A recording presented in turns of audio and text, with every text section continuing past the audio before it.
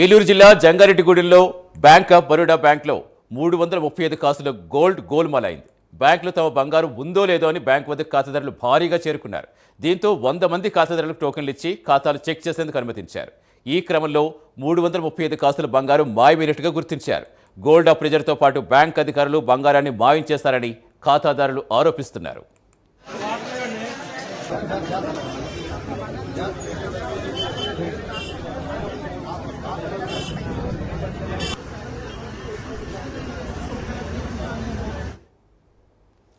పూర్తి సమాచారం ఇచ్చేందుకు మా కరెస్పాండెంట్ సత్యనారాయణ ఒంటి మీద ఉంటే భయం, ఇంట్లో ఉంటే భయం. ఇప్పుడు బంగారం బ్యాంకులో కూడా భద్రత లేకపోతే ఇంకెక్కడ భద్రత ఉంటుంది? ఏం చెప్తున్నారు సతీష్? ప్రస్తుతం చూసినట్టయితే బంగారం ధరలు పెరిగిన తర్వాత బంగారం అనేది బ్యాంకులో కూడా భద్రత లేకపోయిందని చెప్పుకోవచ్చు.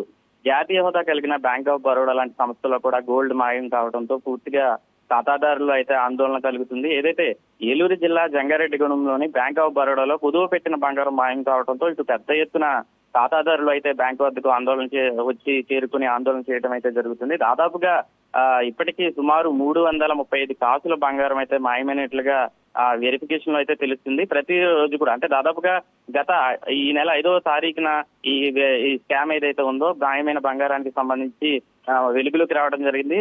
ఆ రోజు నుంచి నేటికి అంటే దాదాపు 7 రోజులు గడుస్తున్నప్పటికీ కూడా ఇంకా పూర్తి స్థాయిలో ఇంకెంత బంగారం మాయమైంది అనేది అయితే ఇంకా వెలుగు రావాల్సి ఉంది. ప్రతిరోజు కూడా దీనికి సంబంధించి bank of Baroda regional manager కూడా వచ్చి ఖాతాదారులతో మాట్లాడి వాళ్ళకి భరోసా ఇచ్చినప్పటికీ కూడా కొంతమంది ఖాతాదారులు అయితే ఇంకా ఆందోళన అలాగే ఉందని చెప్పుకోవచ్చు. ఎక్కువ మొత్తంలో ప్రధానంగా ఈ బ్యాంక్ ఖాతాలకు సంబంధించి మాయమైన దాంట్లో అప్రైజర్ ప్రధాన నిందితుడిగా చెప్తున్నప్పటికీ కూడా అయితే ఒక్కరి వల్ల కూడా ఇలాంటిది స్కామ్ చేయడం సాధ్యం కాదు. పూర్తిగా ఇంకా బ్యాంకు లోపల ఉన్నటువంటి బ్యాంక్ అధికారుల సహకారంతోనే పూర్తిగా ఈ గోల్డ్ మాయం అయితే జరిగిందని అయితే ఇటు ఖాతాదారులు కావచ్చు విశ్లేషకులు చెప్తున్న పరిస్థితి అయితే కనపడుతుంది. మొత్తంగా దాదాపుగా ఇప్పటికీ 335 కాసుల బంగారం అయితే మాయమైంది. దీనికి సంబంధించి ప్రతిరోజు కూడా 100 మంది ఖాతాలకు టోకెన్ సిస్టమ్ ద్వారా టోకెన్స్ ఇచ్చి ఒక్కొక్కరిని బ్యాంక్ లోపలికి పిలిచి వారి బంగారం ఉందా లేదా అని అయితే వెరిఫికేషన్ చేస్తున్న పరిస్థితి అయితే కనపడుతుంది. ఇంకా మరో కొద్ది రోజులు కూడా ఇంకా వెరిఫికేషన్ సాగే పరిస్థితి అయితే ఉంది. మొత్తంగా దీనికి సంబంధించి అయితే పోలీసులు